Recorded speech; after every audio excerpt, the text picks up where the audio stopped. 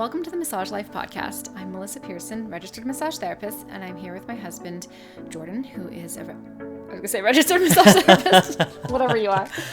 He's an accountant. Yeah, I pretend. He's a CPA, and we are the founders of the Online Wellness Institute. And today we're chatting about New Year, New You. Wow, so Grown. cliche. Yeah. No one likes setting goals. Yeah, I don't have a lot to bring to the table today, I as feel like always. you start literally every episode saying that. Yeah. You will have things to say, I'm sure. Yeah, I'll add something. You have a long list of stuff there, though. No, we have a couple things. So, of course, it's January now. We're excited to start a new year. And most people take this time to set some goals and resolutions for the new year. Do people actually do that? I think so. Yeah. Yeah. I like to. I know it's kind of cliche and stuff, but I like to kind of just take a good look at my entire year and plan out what I'm going to be doing. And I don't know. I like to. I'm a planner type of person, so it's fun. I mean, we're the type that sets goals throughout the year. That's true. Yeah, we don't just do it in January. Yeah. But I think at the beginning of the year we'll have kind of some bigger goals, some big things that we want to accomplish, and then throughout the year we just make sure that we're on target. Yeah. It's always good to like reevaluate your goals, because sometimes it's like, oh well, this sometimes you end up taking a different path and things don't pan out the way you want to, and sometimes you need to reevaluate. Right. Yeah, we're really good at things not panning out the way that we hope they will. We're professionals. See online wellness coming soon courses that have We been do coming have a long soon. list of coming soon courses that I'm like itching to get out there, but Yeah, and hopefully life people happens. are I'm sure there are some people who just think that we're crazy, that it's taking so long. maybe, I don't know, more people are. But it takes time. I mean, these things Yeah. take that was one of the things I really didn't appreciate before we started this, is just how long it takes to write a course, record the content, edit everything, and then also like edit it in such a way that it looks good. Right. Right? Because I can just, record something and throw it up there, or, have some written content and just throw it up there for sale.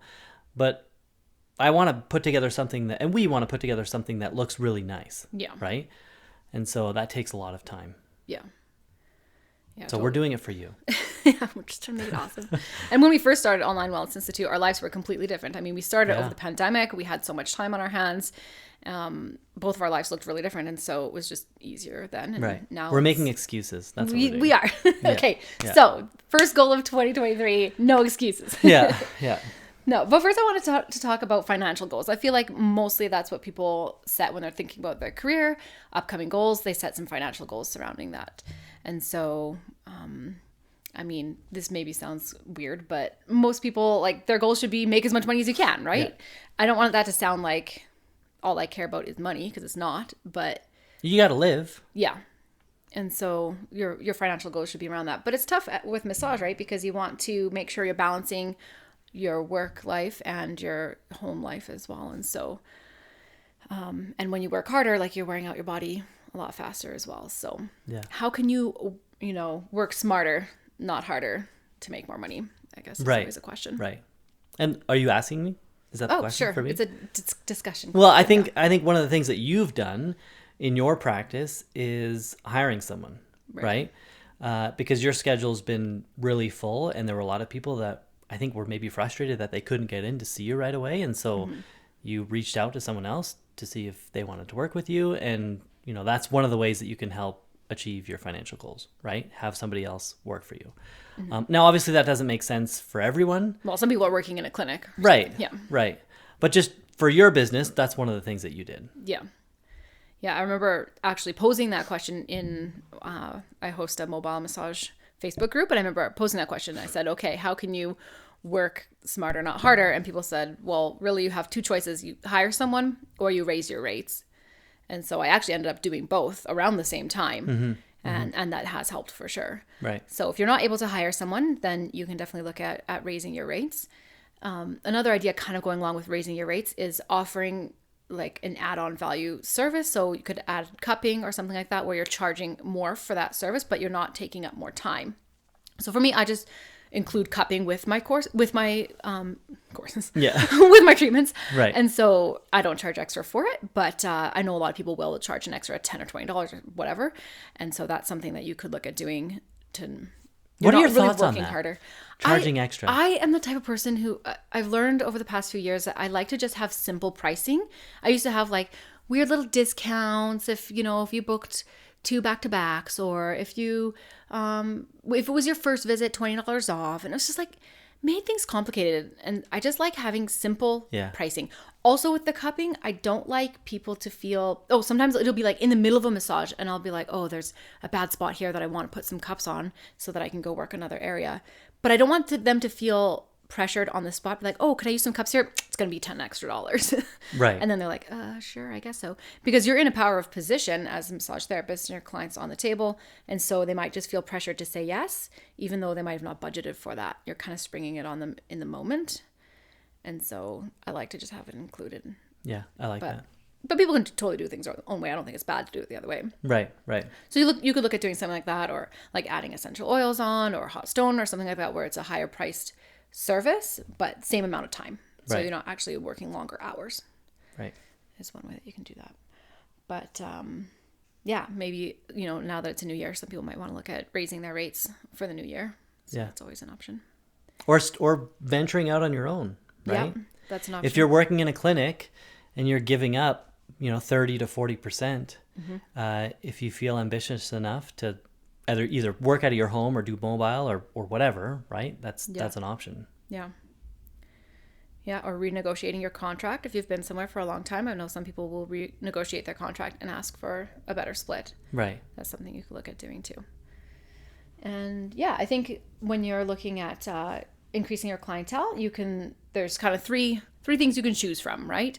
So you can choose from seeing having repeat clients, so seeing people over again. You can work off of referrals, or you can try to attract new clients. And of course, the easiest is to just have repeat clients. Mm-hmm. It's so much easier that way. And so first, I would focus my efforts on that, and then kind of work my way down the line and work on getting new clients last. That should be like the least. Right.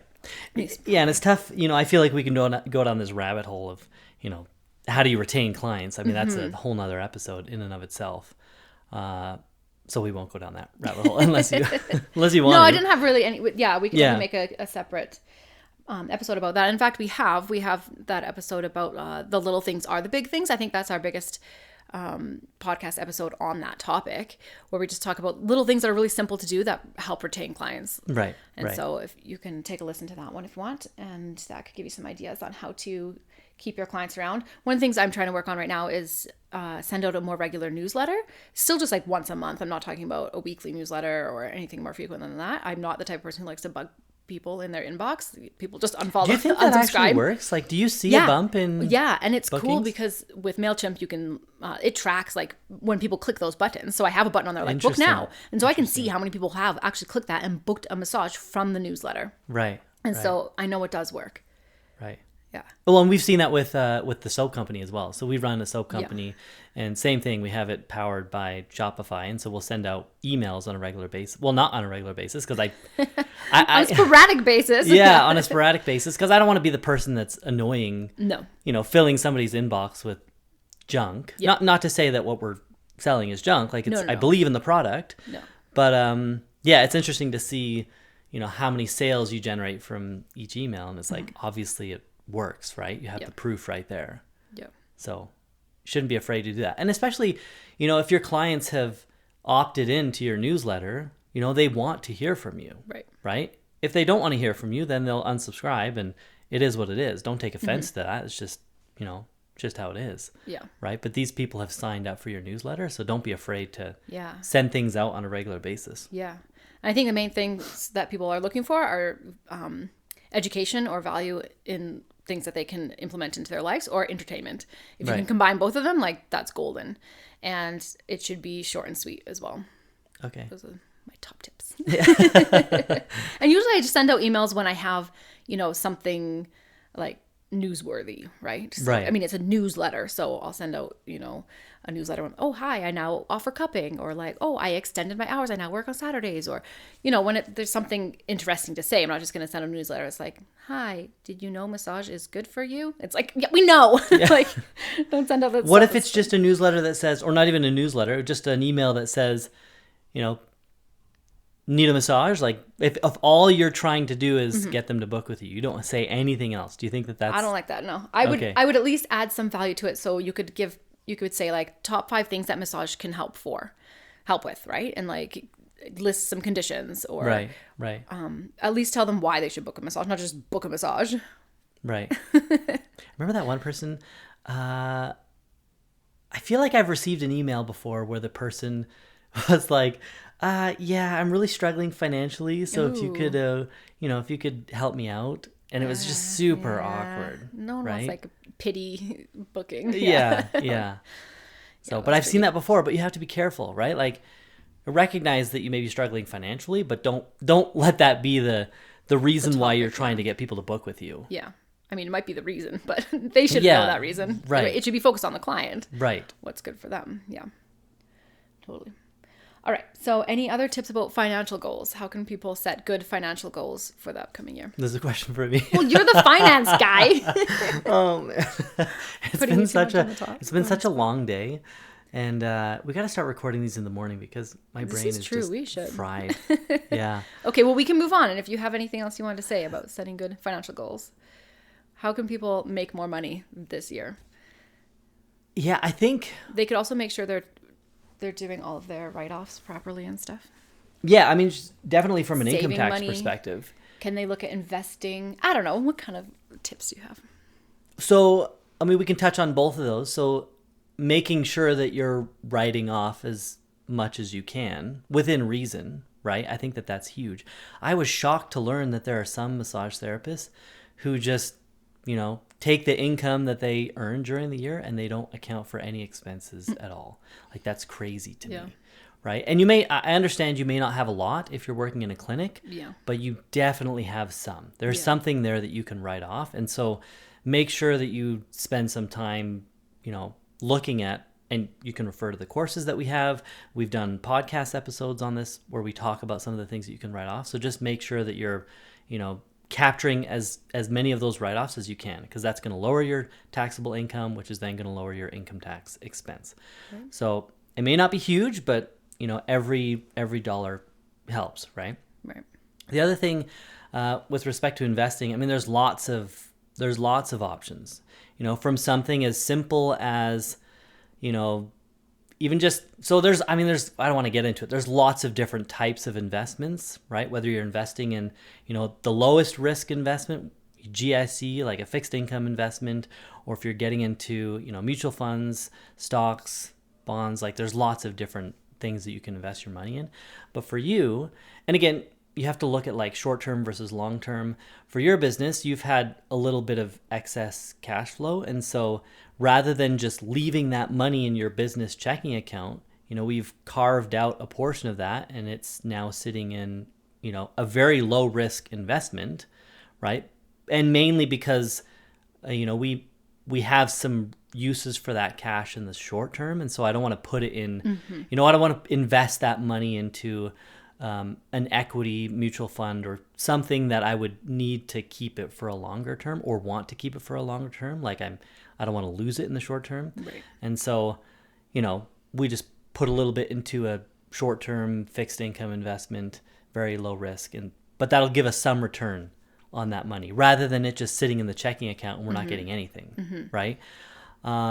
If you want to look at diversifying your sources of income, right?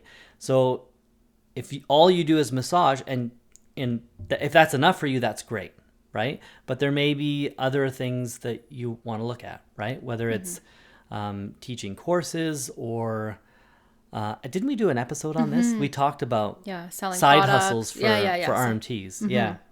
So just looking at other ways that you can generate income for yourself. Yeah. Again, within, you have to, I don't know, you have to be smart about these things too and know kind of where your limitations are and kind of play to your strengths as much as possible. Right. Right?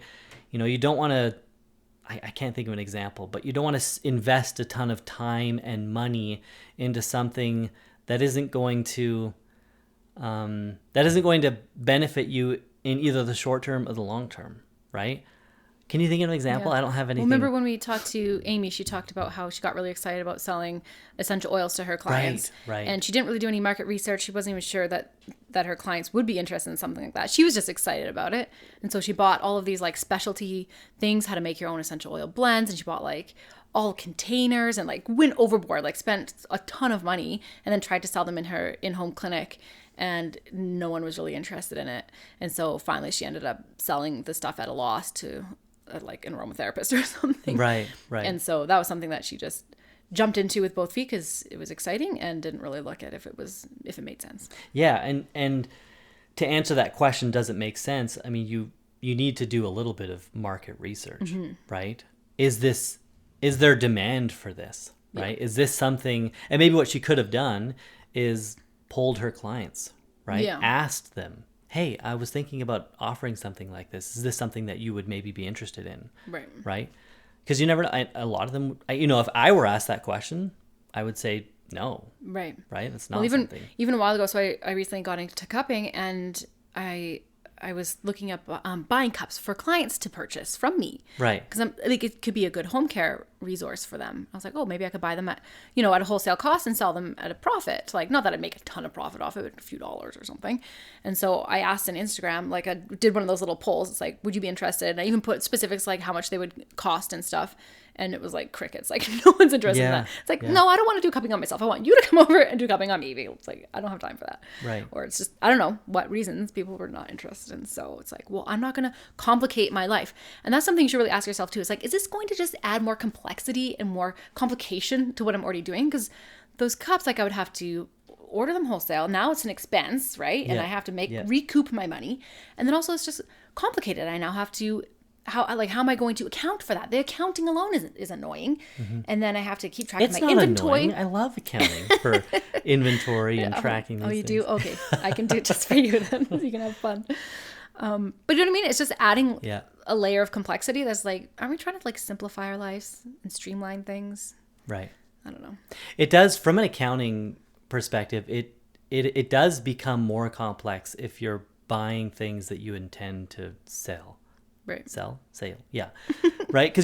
Because how it works is, so we'll take cups, for example. Let's say you spend $1,000 on cups. Okay. So you have inventory. So inventory is considered an asset. So on your balance sheet, it would be listed under the assets. Now it's an asset. It's not an expense. So the $1,000 that you spent on cups, you don't get to write that off until you sell those cups. Weird. Right? So when you sell the cups, you would then have the income. Okay, I sold them for X amount. And then let's say you spent $1,000 on the cups, right? And you sold all of them for $2,000.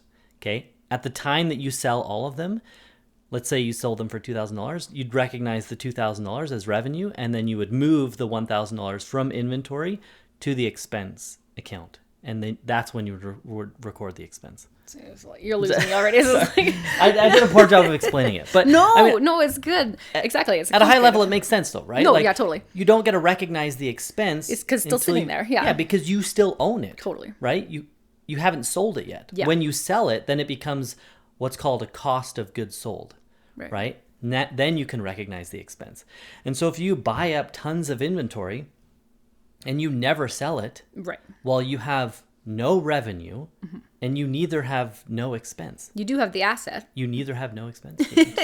You don't have any expense. You just have an asset. Yeah. Right? Now, eventually, what you can do if you reach a point where you say, okay, this inventory is obsolete, right? I will likely never be able to sell this inventory. Well, then at that point, you can write it off.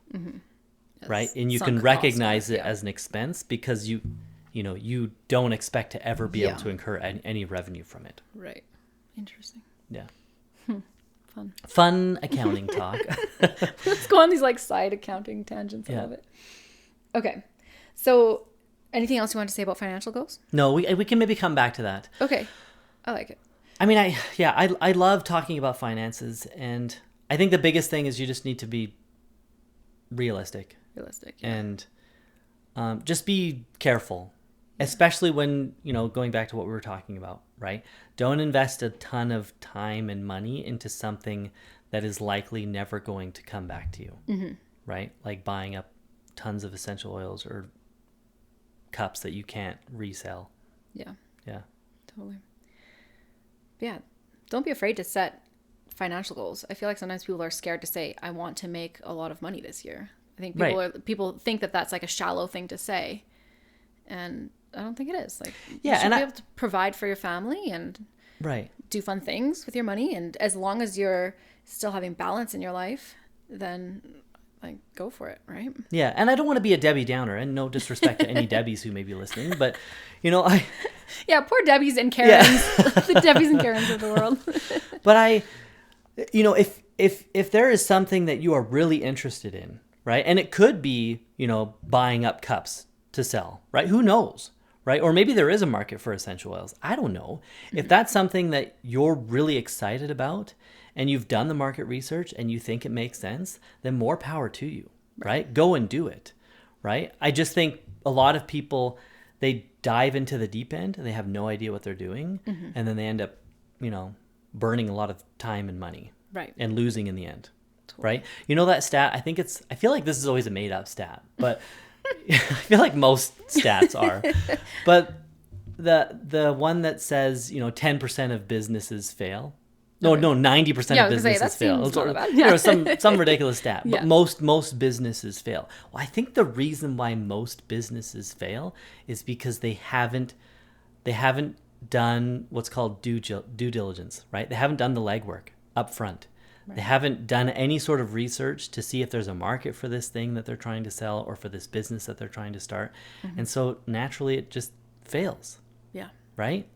And we've seen that, like even in Chestermere where we live, right?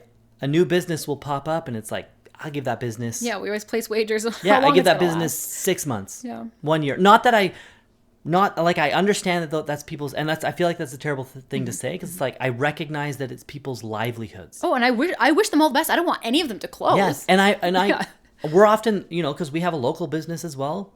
And so we're very active in the community. Like we support those businesses that we don't want to fail, but more often than not, they do. Yeah. Because their business doesn't make sense. It does not make sense. And there may be a lot of excitement in the short term, but long term, it's not sustainable. And I don't want to give any specific examples just because I don't want to throw anybody under the bus, but there's been a lot that we've seen where it's like, that doesn't make sense. That's not going to work. Yeah. Right? And I feel like so the other thing, and maybe we talked about this before in another podcast, you really need to talk to somebody who's not just your friend. Right. Right? Because if you talk to somebody who is your best friend or your, whoever, who's just going to like build you up, like no matter what, like, yeah, like your mom, right? Like, I believe in you. You can do anything, right? That's great that they're, sending positive vibes your way. But what you really need is somebody that's going to look you in the eyes and say like, this doesn't make sense at all. Or have you considered this, right? Because here's some risk that I don't think you've considered, right? You look at Shark Tank or Dragon's Den. When those, I feel bad for some of them, when they go on there and they give their pitch and then they just get shot down because it doesn't make sense. Their business doesn't make sense. Yeah. And so you need someone that's going to give you a straight answer and not just pump your tires and tell you what you want to hear. Yeah. Yeah.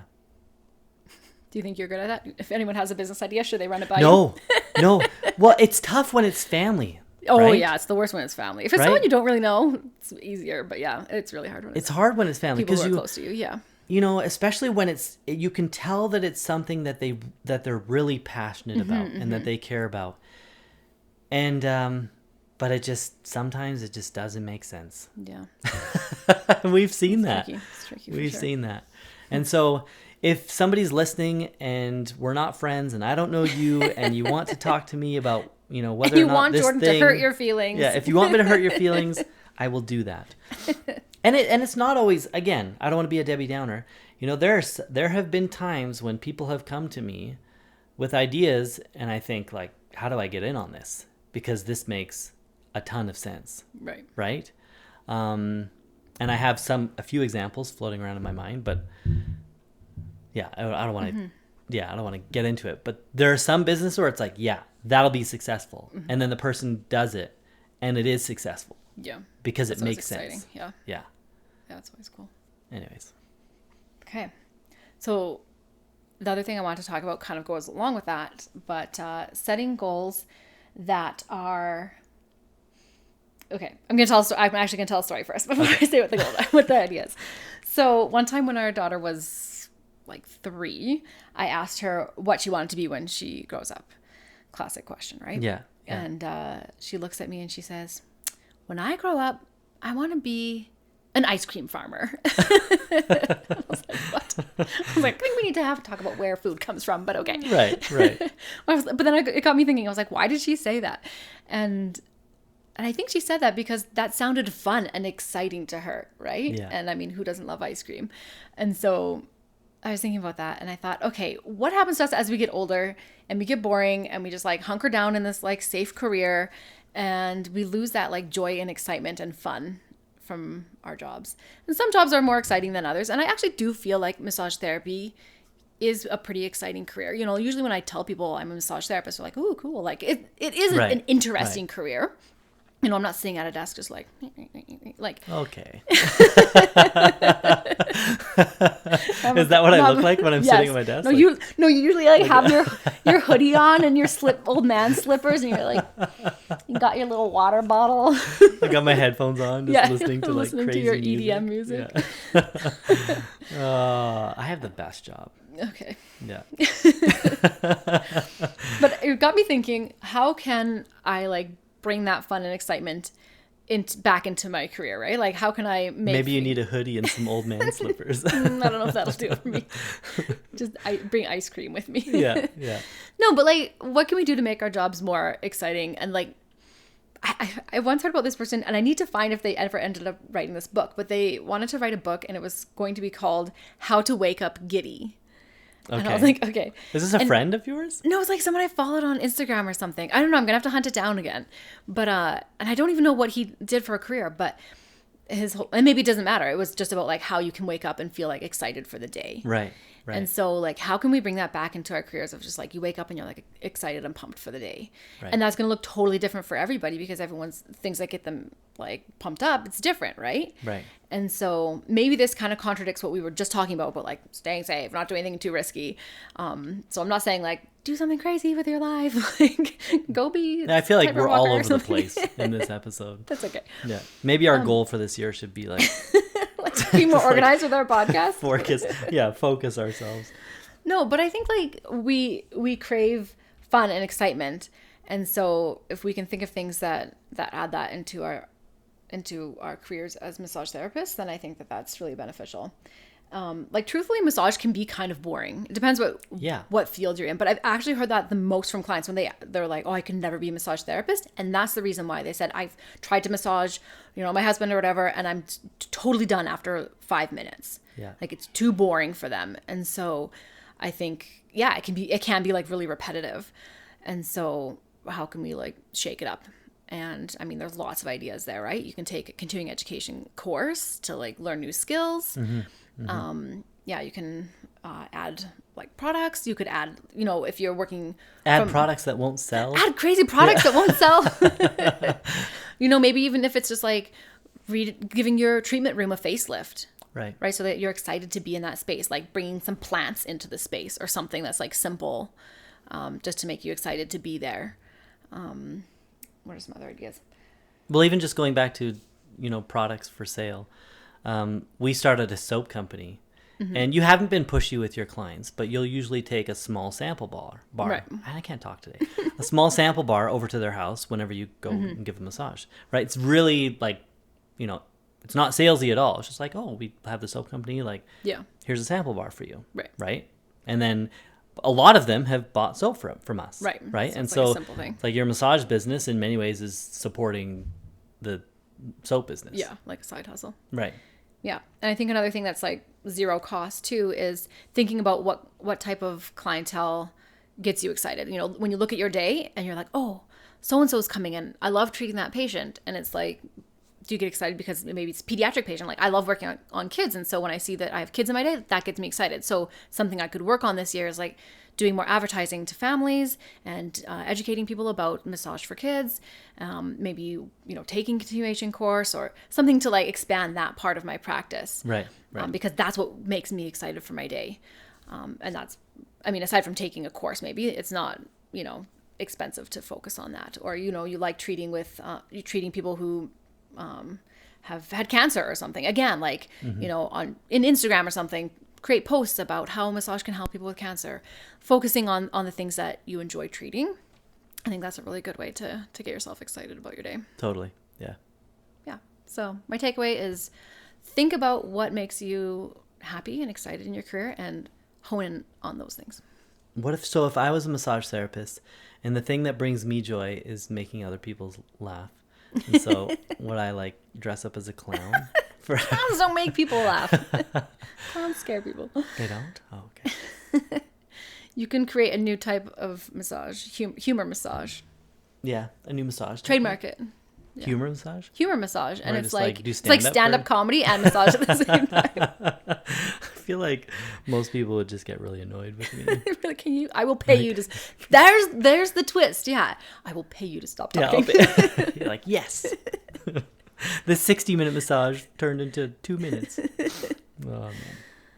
Yeah, that's it that I have for today. You don't have anything else? No, I just wanted to talk about financial goals and ice cream farmer goals. Right.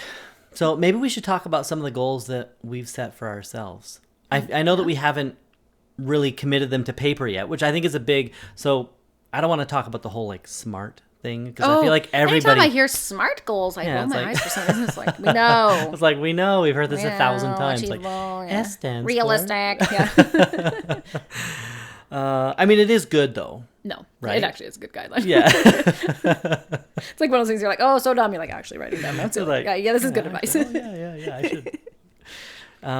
Yeah, so we haven't committed our goals to paper, but I mean, with respect to online wellness, I think the biggest goal that we have, or goals we have for online wellness, is to get those courses up. Yeah. That we have said that have been coming soon for a long time. Yeah. So I just wanted to give people an update on the status of those courses. And maybe I shouldn't... I should be careful. Like, Yeah, I should be careful what kind of promises I make. Just see my bookkeeping course as an example, right? Yeah. I put that out. When did I put that out? Like in the fall. Yeah, in the fall. And I said, okay, this is going to be launching in October. And then you're like, by November.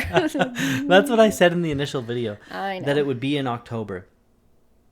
And it's now January, and it hasn't happened yet. So for those of you who don't know, I want to put together an in-person bookkeeping course because there's been a lot of demand for this, right? So it makes sense, going back to what we were talking about earlier. I have this product, this course that I want to put together and sell, and I know that there's a ton of demand for it. And I feel bad for all of the people who were hoping that this would be available in October because it's now January and it's not. The reason why it's taking so long is because I really want it to be a good course. Right. And I'm going to be using QuickBooks Online. And so I'm good with QuickBooks, but I want to become a master. And I want every part of this course to be good so that when people come and they invest their money, because it's not going to be cheap, right? I want them to feel like they're getting a lot out of it. Right. And that it's worth it for them. Yeah. And so that is a work in progress. It'll happen for sure sometime this year. I just don't know exactly when. Yeah. My hope is that it'll be sooner rather than later, right? Because ideally you want, it's a fresh new year. You want to be able to from an accounting perspective, it's just nice to start with a fresh set of books at the beginning of the year. But anyways, so that'll be happening. We have 2 courses that are currently being edited. Yeah, so the one is they've been recorded. Yeah, they've been recorded. I just have to go through the process of editing them and putting them together. Mm-hmm. So Chad Friel's course on range of motion, that one, so we have to record a few more things at the end of this month. Realistically, I feel like I could get that course up by the end of February, right? So that's a goal that we have, is to get that course up by the end of February. I know exactly what I need to do to make that happen. The other course is Amy's course on starting a home-based business. That one, same thing. We have all of the content for that recorded. It's several hours. And so it's going to take some time for me to put that together. But I'm really excited about that one. And I feel like, that's one that we've had a lot of demand for that one. Like a lot. Crazy. Yeah. There's a lot of people who obviously want to ditch the clinic and just do things on their own. Yeah. Right. And I think that they should. Yeah. Because, you've It's seen more a profitable tremendous. and you have more time and flexibility. Yeah. You've seen, it has been life-changing for you. Right. If you can figure out the business side of things, I say go for it. Right. Do it. It's not for everyone, but I think for a lot of people, it does make sense. So for that one, realistically, end of June at the latest, hopefully sooner, because I know that people want this one. And then we don't have any other courses. You have a TMJ course that's ready to go to be recorded. And so that'll be the next one up after Amy's course. And then, so those are kind of the four main ones: my bookkeeping, Chad's Range of Motion course, Amy's business course, and then yours on TMJ. Yeah, that's probably all we'll be able to pump out this year. Yeah. Realistically. Realistically. Yeah. The other ones, like you have a couple other little ones that I think we could probably just slap together. Not that, that sounds terrible. Just slap together. No, that just... Like, that don't create, well, they don't require a ton of like research, right? They're a course that you could just really just turn the camera on and talk and talk and just we show what we need to show. And anyway, so there may be a couple other ones coming as well, but yeah, we'll see. I'm really excited about those upcoming courses. So like, they're gonna be so good. Yeah, they really will be. Yeah. So stay tuned. Okay. Anything else? That's it for me. Okay. Bye. Bye. Thank you so much for listening. If you'd like to stay in touch, you can follow us on Instagram, Facebook, and TikTok. We've included the links to these in the show notes. Also, be sure to check out our website, onlinewellness.ca, if you need any continuing education credits. All of our courses have been approved by massage associations across Canada. Anyways, we'll catch you next time.